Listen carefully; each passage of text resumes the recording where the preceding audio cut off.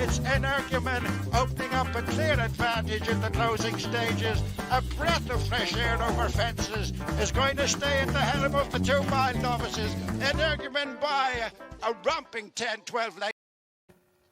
So, hello and welcome back to episode number 13 of the Road to Cheltenham Challenge. Ronan Groome, you old romantic. That's why we're late this week. We are back. Don't be blaming that on me. Tell them what you were doing on Monday night. You were whining and dining the missus. You had the flowers out. You had the pizza made in a love heart shape. You were groveling at the feet. Newly married man, Ronan Groome. It had to happen. Valentine's. But anyway, we're back. It's midweek. It is episode number 13. And Ronan Groome, we look set to hit maybe 2,000 subscribers before the Cheltenham Festival. We have started the campaign. Make racing great again. Make the Champ.ie channel great. And keep hitting the red button. And subscribe to the channel if you haven't already done so.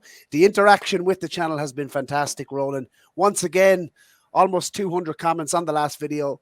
Lots of questions to get through later in the show. And I suppose a listener portfolio spotlight. And you, of course, have a giveaway for next week, I believe, which is the Irish Field Cheltenham magazine. Tell the listeners. Yeah, we got a couple to give away next weekend, or next week's show. Lucky enough in my day job to edit the Irish Field Cheltenham magazine this year, which is award-winning publication down the years. We got loads of really good features. We got Gordon Elliott, Willie Mullins, Henry de Bromhead, Brian Cooper, Ollie Murphy, Paul Nichols. We got the Barry Doyle, the Champ.ie chief himself, for a Q&A. So yeah, there's loads in there. Simon Rowlands with his time analysis. Tony Keenan, great judge, is giving his expertise on the festival. So loads and loads to get your tea into, and we'll have a few to give away. I'm sure we can come up with some sort of witty competition, Barry, next Monday to give away the things, like for the comments below. But we've about 3 to give away, and then we'll give away a few more the week after as well. And it's getting hot and heavy now, Ronan Groome. Just a couple of weeks to go before we'll be... what I think we'll do actually is record the last episode on the Sunday night before we fly. So we're flying, one of us are flying on the Monday. So we're going to actually record the last episode on the Sunday night, put it up, and be ready to go on Monday. So look, it won't be long coming, Ronan Groome. There's been lots of reviews. We are slightly later this week, so lots of content out there, I suppose, on the marketplace when it comes to, I suppose, the last 7 days in racing. We're just going to, I suppose, touch upon some of the big action over the last 7 days very quickly. We're going to rattle through the sections, and look, we will start with the big race review, which I suppose this week, Edward Stone took on third time lucky in the Kingmaker, and he's gone favourite for the Arkle. What did you make of it? Yeah, he's the great British hope, as I keep saying. This week, he's probably going to be. I'm not sure if he will start favourite now, but let's talk about Saturday first. He was good. He jumped really well, travelled well, and he beat third time lucky again, comprehensively, I'd say, on a faster track, probably as well as he beat him earlier in the season.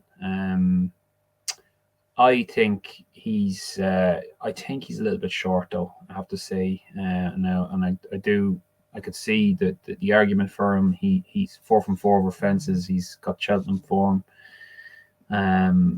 And he jumps well and at speed, and that's what you need for an Arkle. He just doesn't appeal to me from, a lot of people keep saying, oh, they're very hard to warm to him, they're getting to him now, but I think a lot of that is the fact that he wasn't that very good over hurdles. He doesn't have the nice kind of profile. Now, then people could throw back to you and say he was better than a lot of the other horses he'll face over hurdles, but they weren't really given the chance he was given. He was given a second season over hurdles, and he only got to handicap level, really. He was below top class. He ran well in the county hurdle, but was beaten off a mark of 150 or thereabouts. So I'd like to think the likes of Blue Lord or Riviere de Tell down the line, one of those would have achieved a higher rating eventually over hurdles than the chances he was given.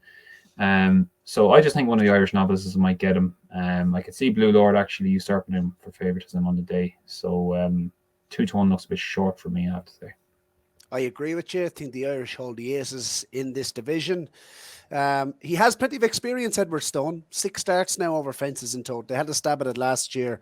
Good plan. I think his biggest asset is jumping. But interesting, it's a wide open Arkle. Loyal listener to the show, Rory Fitzgerald, and I saw, I did tweet Ronan Groome, saying that the shortest price Grade 1 winner over hurdles is Alexia de Nuts. And did I see 40-1 in a place for him? So like it puts it in perspective. 13 of the last 14 winners have had, at least 3 starts, over fences. At least 3 or 4 starts over fences heading into the Arkle. So maybe the likes of St. Sam, Hot on Clores, for example, has been mentioned. Think the Irish hold the aces. Obviously, my selection has been Blue Lord. You're with Riviere to tell, but I didn't lose much sleep, I suppose, over Edwardstone is what I would say. We must mention. I was going to say Gallop and the Champs. Brave Man's Game. You're talking about Edwardstone be the great British hope. He, for me, if you're talking about novice chase division, he's the one that the British should be getting excited about. Yeah, he's my selected performance this week. Brave Man's Game. He's the most interesting one, I guess. Everyone was talking about the Nichols form going into the weekend.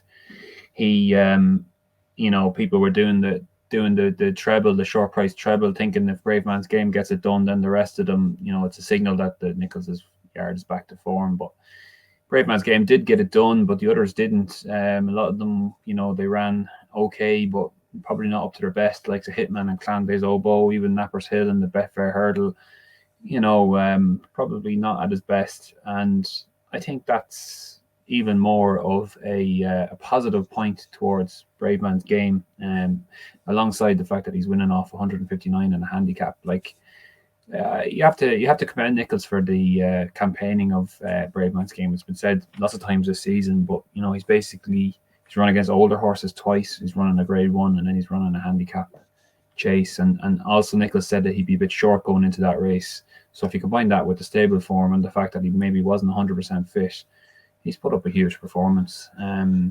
Just interesting now where he goes. Nichols was talking about after the race that he's not short of pace.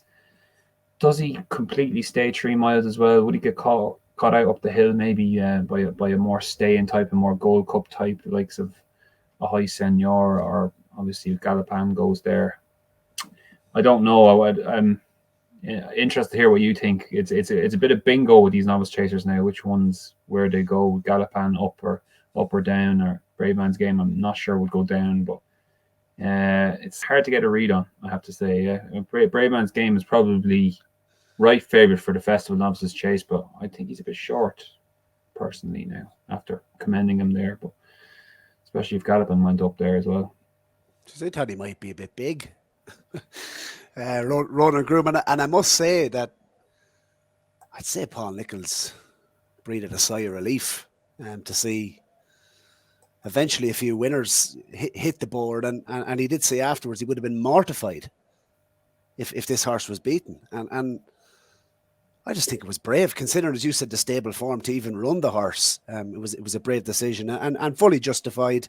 He was very good. His jumping, we've spoken about that many a time on this show, and I just think he'll take a lot of beating. I've heard a couple of judges saying that when he jumps the last, he doesn't seem to pull out, but he's never had a horse come up to him. So I don't think you can make conclusions that he's not going to stay 3 miles. I think he jumps, he stays. I think this horse is going to be right up there amongst the top 3 mile staying novices come the spring festivals, and has a very good chance. And you look at Gallop and the Champ, and I actually said this to a friend of mine earlier on today. We were speaking about Gallop and the Champ, and I suppose our theory that he's going to go to the Turners, and that's the way he should go, given the fact that he jumps so well.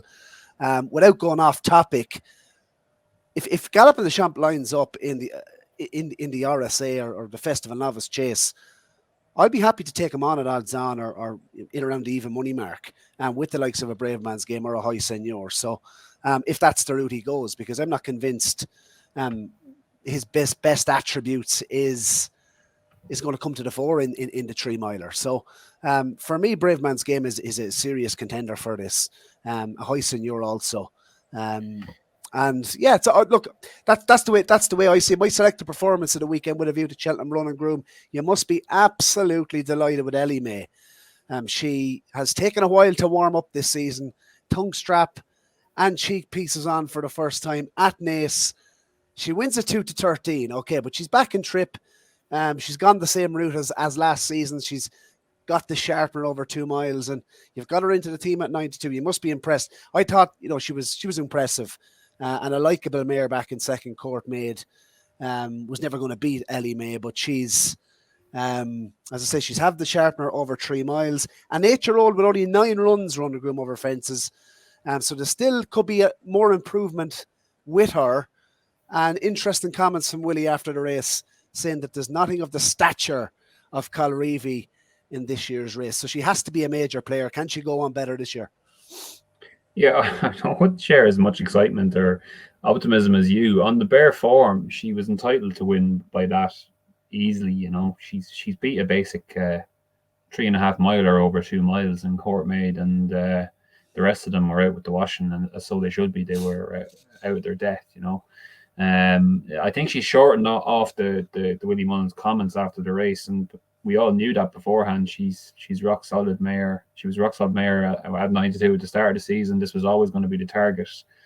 It's half the battle, I guess, with Ante-Post. So the fact that she's shortened up now, just taking in the mare's chase in general, I do think Concertista looks short now against the likes of Ellie May and Mount Ida. She has kind of ran the season and got to that place in the market, but I'm not convinced she stays. She stays up the hill. I thought she gave way to Black Tears late on up the hill last season. I know she won over 2-6, but that was a soft race when Stacey Gold fell in Limerick over Christmas, and I'm not sure Concertista is the right favourite for the mare's chase. I think I'd have Mount Ida and Ellie May ahead of her in the betting, and I see she's not actually in to run this weekend either, Concertista. So just wondering, what's going on there? Are they going to go to the festival off just the 2 runs, or what the actual plan is for her? But look, I get what you're saying. She was entitled to win, but you must have been happy to see that. I mean, look, if you take her last 2 runs, you must have been a little bit concerned with how poorly she ran on her first start of the season at Aintree. Concerned with that, but not with the Fairy House run. Mount Ida is rock solid, I think. That's what I mean. So the last 2 runs have been, it's going in the right direction, Ronan Groome. So fair. You can see the selections today. Ellie May was Roland's first selection on the series. And let us know who's the better portfolio. Who has the better portfolio to point? A couple of comments to read out later on. On the show, so we will be coming to that. Ronan Groome, overrated performance of the week and under. So the over and under section, talk to me. I go do the under first because it's only it's not a significant one Cheltenham wise, but I was impressed with a horse called Meet and Greet who won at Naas on Saturday.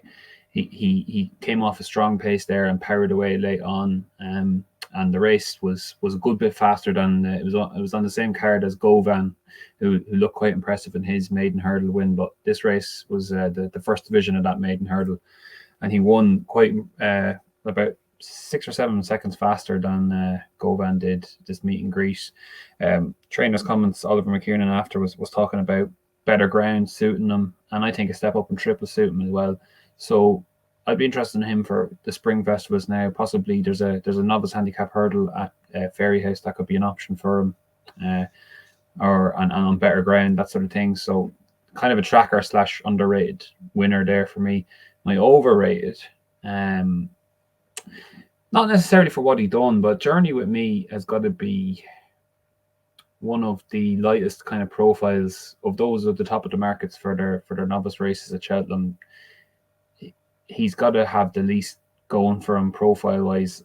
He's won off a pedestrian pace at Naas there, and I know you're going to say, oh, he's done well to win in circumstances, but it just wasn't impressive. He wasn't allowed to be impressive, but he wouldn't have learned much either. And I would be if there's, I'm sure there's plenty of people below who've got Journey with Me into their Ante-Post portfolios early in the season, and I wondered if we could hear in the comments below, would you have expected a lot more from Journey with Me going into Cheltenham, given that hype and that reputation he had coming into the season?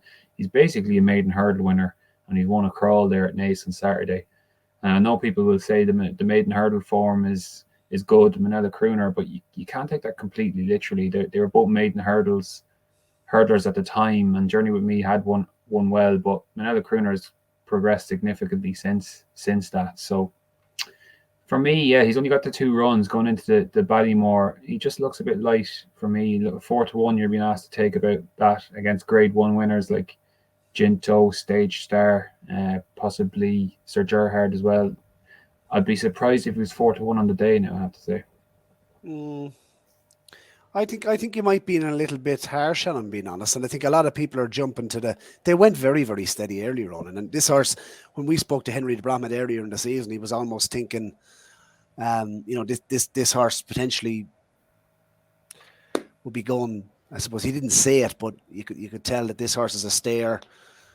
Is the Albert Bartlett even an option for Journey with Me? Given how slow they've went, I think he's done. Could you really, honestly, at Naas, I expect this horse to do much more than what he's done? O'Toole mightn't have ran to form. Choice of Words is a good mare in her own right. Pinkerton, obviously he's going to have to step forward a lot more going to Cheltenham, but as you say, his maiden hurdle form is quite good, with the likes of Manella Crooner, and Kilcrut. So Sir Gerhard goes to the Ballymore, he wins anyway. But this is a nice horse, I think, and I think a lot of people are being a little bit harsh on him. It sounds like he's my underrated performance. He could be a contender. My underrated is actually Eldorado Allen. I was surprised to see him do what he did. You're laughing. What are you laughing at? What? Yeah, I don't know where you're going with that. I'm a big fan of Eldorado Allen, and what am I thinking with him? I'm thinking, were they flirting Gold Cup afterwards, because the Ryanair is probably a tougher option. It would be a shocking decision. Yeah, 30 grand to pay to get him into that race. Just think of it in bet. It's not going to happen. I think they've come out today, Ronan Groome, and said that they're going Ryanair, which is the point. Look, he's a very, very solid jumper. He's been given an absolute peach by Brennan Powell in here, but it's his jumping, for me, 2.5 miles at Cheltenham. He's come second in an Arkle last season. He's reasonably lightly raced. The other option, of course, is maybe skip Cheltenham altogether and goes to something like is it the entry? Bowl. Yeah, the Betway Bowl. That could be an option either way for the horse. If he goes to, he's good form at Cheltenham, so in behind Allaho, what are you backing to finish second to him? That's my angle.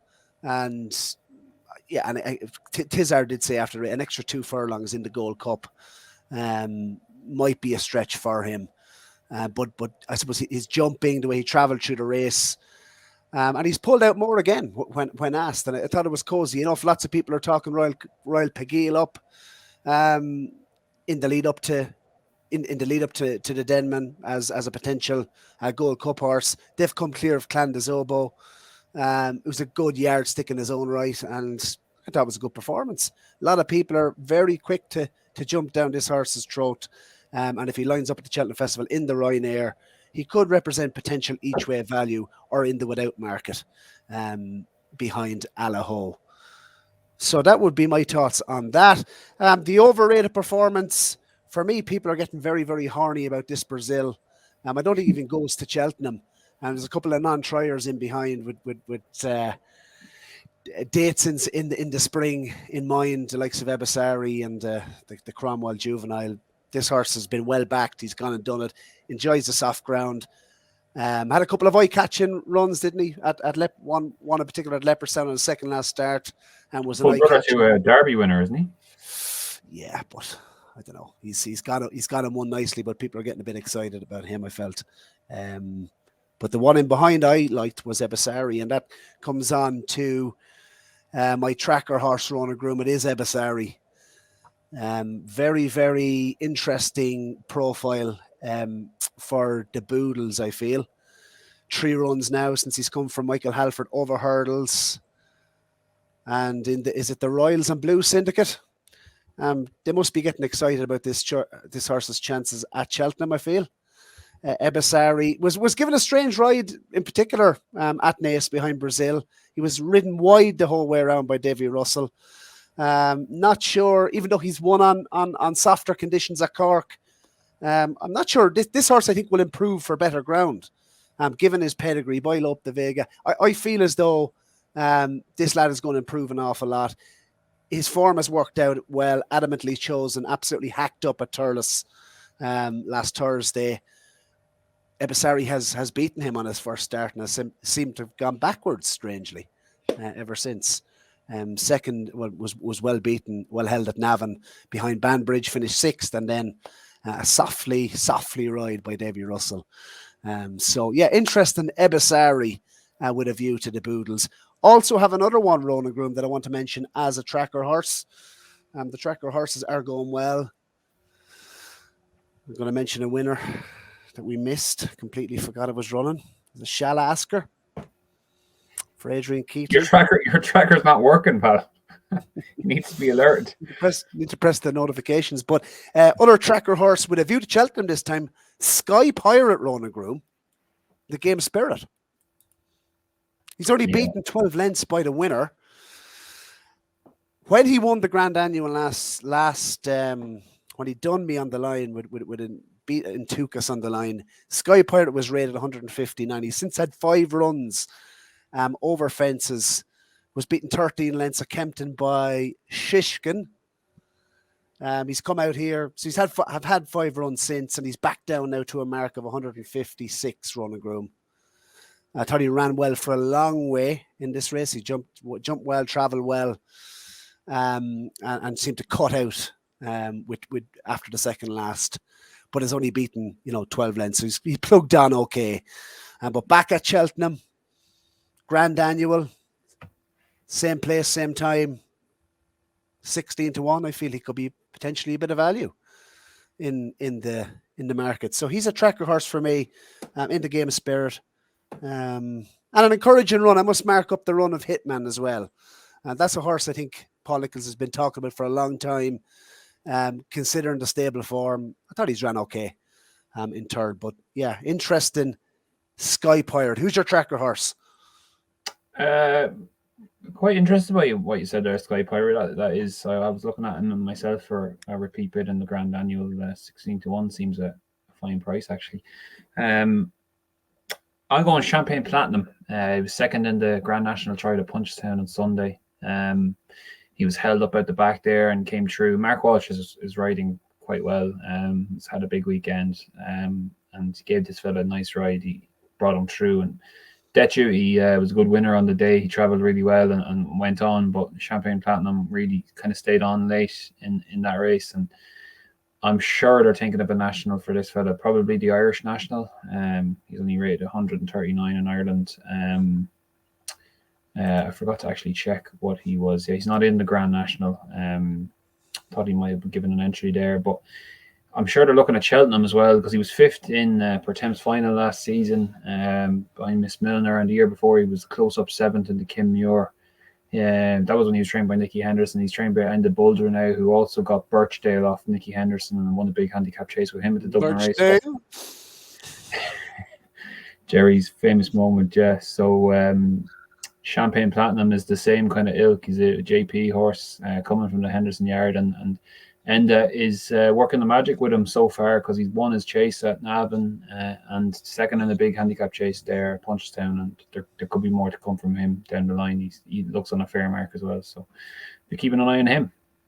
So next section of the show is the viewers' questions and some comments from the viewers, the loyal listeners underneath Ronan Groome. And Raji Muscles, who's a new listener, haven't seen Raji before. Hi lads, question for you. Who is going to make the running in the Gold Cup? It appears that Santini is one of very few front runners, and can he really keep up a good gallop? Could it turn into a sprint? And would that would that maybe play into the strengths of A Plus Tard? Ronan Groome, thoughts? Possibly, yeah. I'm looking at this myself. Santini is people are suggesting could make the run on. Yeah, I'm not sure he's fast enough, Santini, to go up there and make the run on. And then you're looking around, and I'm sure by the time the race, I think the Gold Cup could be a big field this year, given how it's so open it looks. Well, a relatively big field. I'm sure someone will want to go on and make the run with it and turn it into somewhat a test. But if it didn't turn into a test, I'd agree with Raji there. Probably would suit a speedier kind of type of 3 miler like A Plus Tard. And Album Fogo obviously won his second Gold Cup, was off a pedestrian, well, not pedestrian, like a sedate-ish pace for a Gold Cup. So potentially could bring him into proceedings as well. So yeah, it's an interesting angle. It's one you'll kind of know more about once the field size or the contenders become a bit more clear. Stephen O'Cara says, Barry has marginally the better portfolio, Ronan Groome, because you've a couple of cart horses in there. Any prizes for guessing who's the cart horses? Night Salute, probably one of them. You have a few yourself, a few non-runners. Brian Walker, loyal listener of the show, says he'll even let us buy him a pint. Brian, that's not the way it works. If you see us with the Energy scarves at Cheltenham, come up and all pints welcome. I'll have a Heineken. What about you, Ronan Groome? I'll probably have a Guinness at Cheltenham. It's one of the rare times of the year I do drink a Guinness, so that'll have to do for me. Yeah, that'll be lovely. Absolutely. Andy Nicholson says Sir Gerhard is all speed, and he wouldn't see out the Ballymore trip, in his opinion. I think the Ballymore suits a speed horse. And history will show that lots of horses come back to the Ballymore and won the Champion Hurdle, like Faheen, like Hardy Eustace, like Istabrack. So I think Sir Gerhard would be fine. I have to say, point-to-point winner as well, wasn't he? So I could see him doing a Faheen from the front in the Ballymore. Yeah, I think so. Bon Mar says, thanks for coming up to say hello at Leopardstown. Bon, very sarcastic. Had a good chat with Thomas Marr today, actually, earlier on before we came on. He's a big Run Wild Fred fan, Ronan Groome. Thinks he's gone by the National Hunt Chase. Yeah. Does this count as a comment, says Muga? Who do you prefer for Cheltenham? Good time, Johnny, or right place, right time? I'm not sure either. What about you, Ronan? Good time, Johnny. He's definitely, I presume he's qualified for the Pertemps, he is. Probably him, yeah. Right place, right times, flopped a little 2 times. Coral Cup, I would say, Ronan, for good time, yeah. Good time, Johnny. Mark McCann says, Barry, pack it in. What more do you want from Vauban? Phil for a cracker bet, Phil Dorr. What more do I want from Vauban? I don't know. I just thought his jumping probably will improve. At Punchestown, certainly on his first start, his jumping didn't overly impress me. They went to crawl at Leopardstown at the Dublin Racing Festival. And I'd certainly be in the Pied Piper camp of the Irish, and I'm hoping Porticello runs a big race. So, did you see the comments from Willie Mullins after the Spring Juvenile Vauban? I don't think I've ever seen him so confident. Ominous. Yeah, I actually would agree with that. Gary Dennis said American Mike is the value now. Gary, stop your nonsense. Facile Vega, the sexiest thing on 4 legs. And Facile Vega, he's on the steel. Ronan Groome, thoughts, American Mike? Could you be having it? Don't watch the bumper. A waste of time. It shouldn't be at the festival. Get them over hurdles as soon as possible. Okay, make racing great again. Jesse James says, Barry, do you think it's a bit of arrogance and complacency has crept into people's mindset when it comes to the Irish domination lately? ? Ronan, what's your thoughts on this? Because obviously he's asked me the question, but I'm going to come to you on it. Is it more arrogance or is it just facts based on last year? Like, what does he mean by arrogance? By just backing Irish horses blindly, or thinking that they'll wallop the English again? Is that kind of what he's that's saying? I think the point that Jesse James is making. Yeah, I think he's getting very patriotic here on the show. I think the English will have a better result this year, certainly.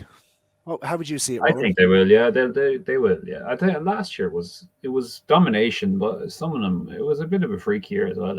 I think the English are good for about 8 or 9 winners this season. And funnily enough, I think they could go well on day one, which usually they don't go well on. But it's just the way it is at the moment. The big owners are in Ireland. That's a fact. That is a factual fact. Big owners are in Ireland. 3 best trainers around are in Ireland, and they're sending all the horses to these trainers, and that's just the way it is at the moment. I could see this Irish domination going on for another 2 or 3 years, and it'll probably flip back again at some point. So I wouldn't be too worried about it, but it's the way it is at the moment. Absolutely. I'm just trying to see here. Eric Bloodaxe, could we be writing him off premature, says Keith Dell.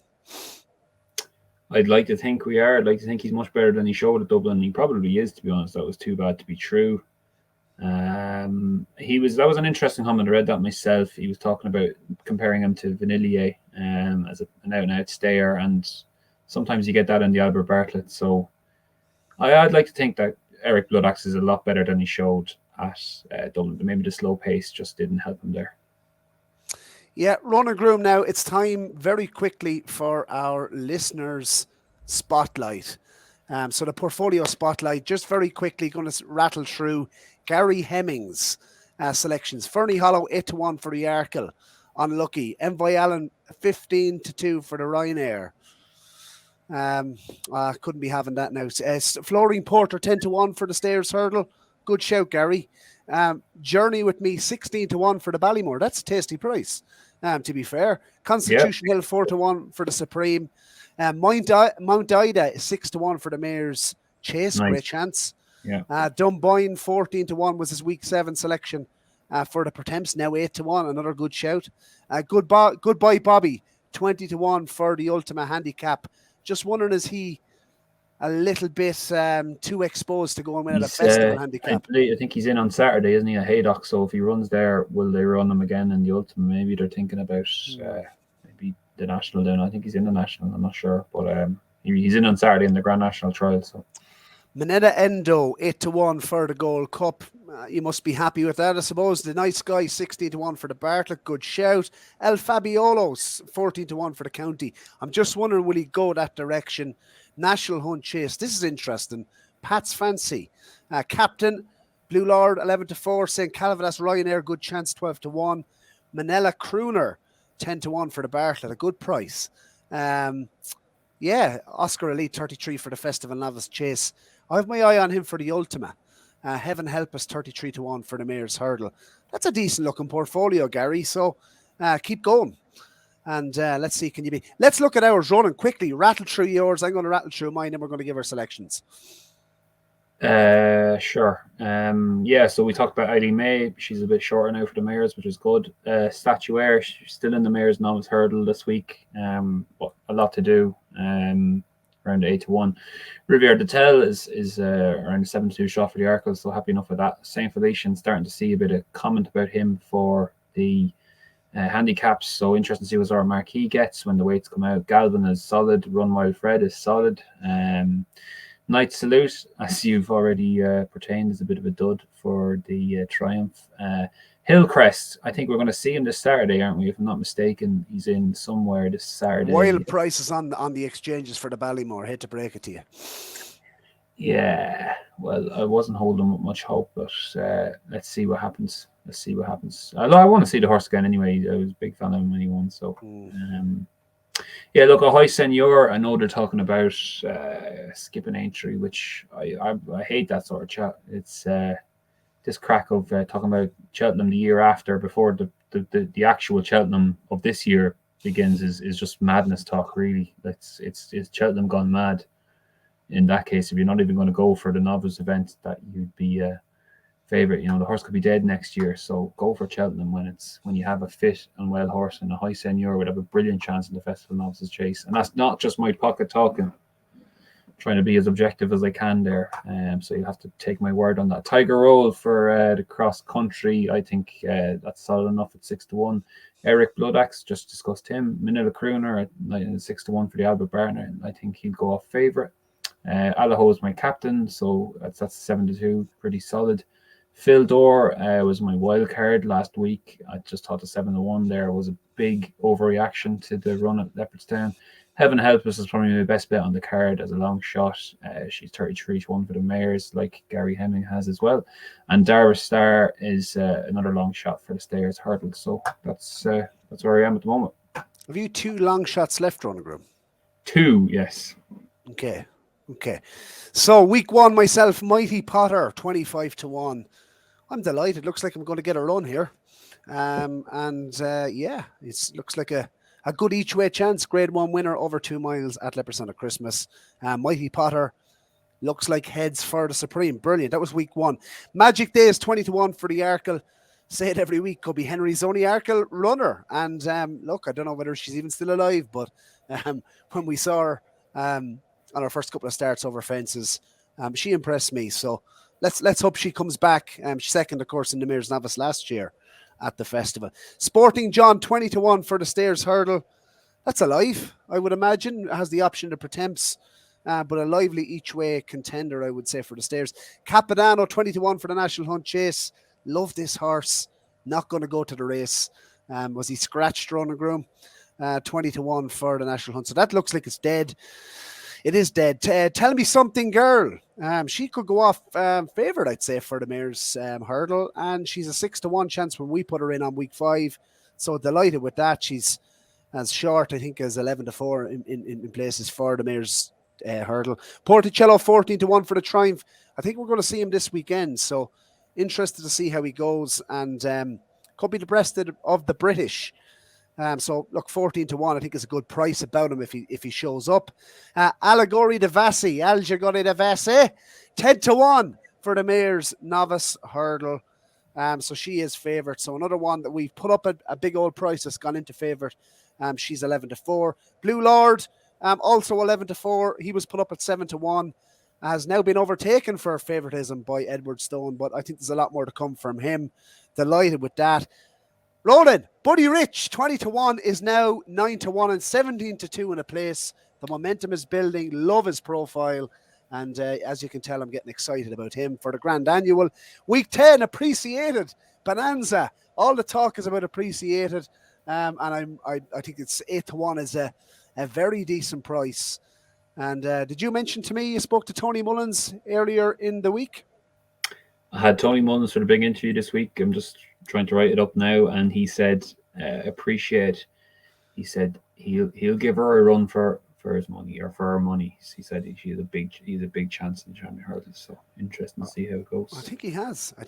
Difficult thing to do, go straight, but has a chance. Week 11, 14-1 Saint Seagal for the Boodles. On average, I'd say about 10-1 across the board.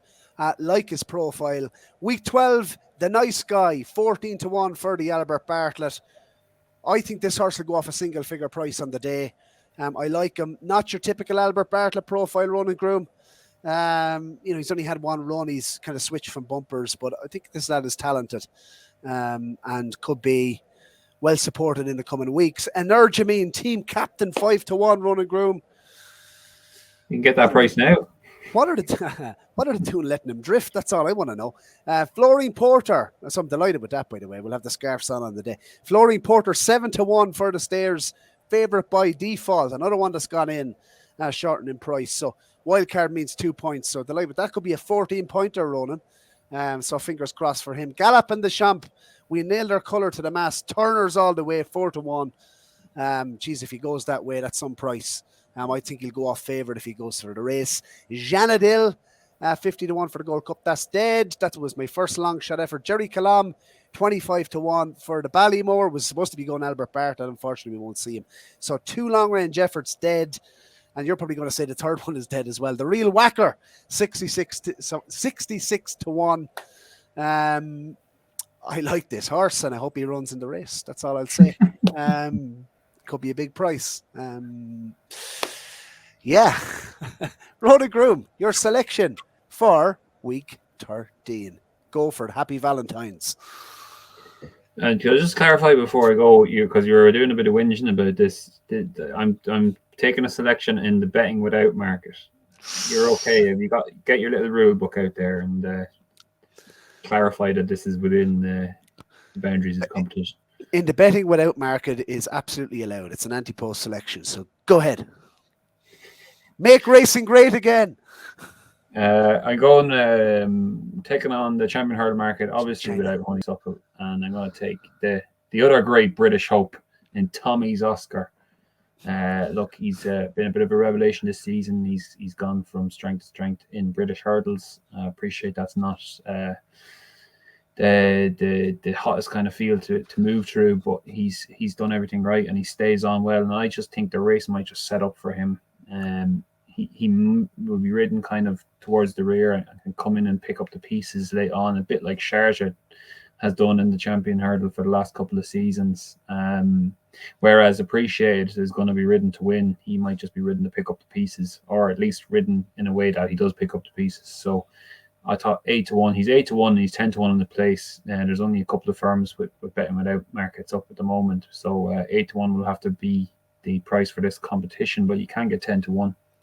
And I thought that was fair. I just want to take on the 5-year-olds in the race. I know a couple of them are down to run this Saturday at Goran in Tiopo and Quilixios, but to me they've done very little this season. They both ran against each other twice and running very slowly run races against their own age group. They've done very, very little and don't really deserve to be priced above this progressive hurdler for the Duffields. So I'm going to take him at 8-1.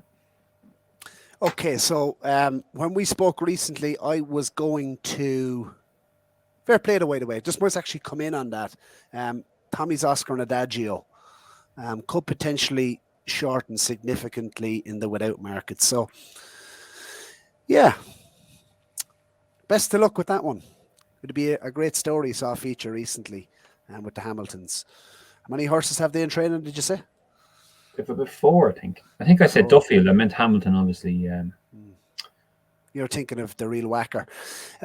So basically, when we were speaking off air, I was talking about potentially putting up a horse for the same race, but I'm trying to, I suppose, spread my wings, Ronan Groome, spread my wings for the sake of the competition. And if I look at them, actually, how many races are at the Cheltenham Festival, Ronan? 28. 28, exactly. And 15 races I haven't gone near yet. So what the hell would I be doing putting in 2 selections into one race? So I have to spread my wings. And this week, it's the turn of the Ultima handicap chase. And I think the Irish have had one winner since 2006. No Irish winner. Sorry, since 2006, or one Irish winner since 2006. Not sure which it would be. Either way, the Irish don't have the best record in this particular race. And this horse, he's entered twice at the weekend, Ronan Groome.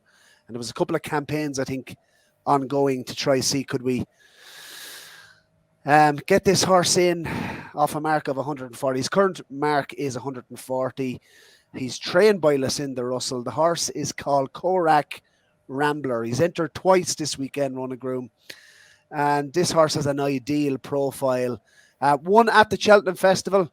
It is a fairly common trend that the winner of the Ultima ran at Cheltenham on that season. He's only had 4 runs. He is a novice. Novices have a great record in the race. And when he won at Cheltenham on the 10th of December, coming down the hill, this horse likes to be held up, dropped in. He absolutely laughed at them coming down the hill. I've never seen anything like it. He was running around the place. He was lobbing. He was laughing. He was almost talking to the horse beside him coming down the hill. And Derek Fox delivered him at the last, and he's idle again. He's since gone up to a mark. I think he's gone up to a mark of 142, where he ran last time at Warwick in the classic handicap chase. He was well supported on the day. Again, going left-handed.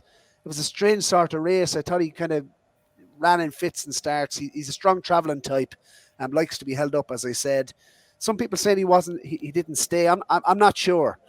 I think there's a lot more to come. He's dropped again down to 140. He's entered this weekend into Reynolds-Town. If the betting markets are anything to go by, he's drifted for that, and he's in the handicap. Is it the Swinley handicap chase this weekend? So I'm hoping he runs well. I'm hoping he doesn't go and destroy his mark.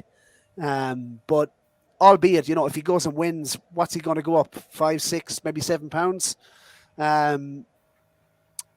You might think I'm mad putting him in here. I think this horse has an ideal profile, and I'm hoping he runs well this weekend without, I suppose, destroying his mark.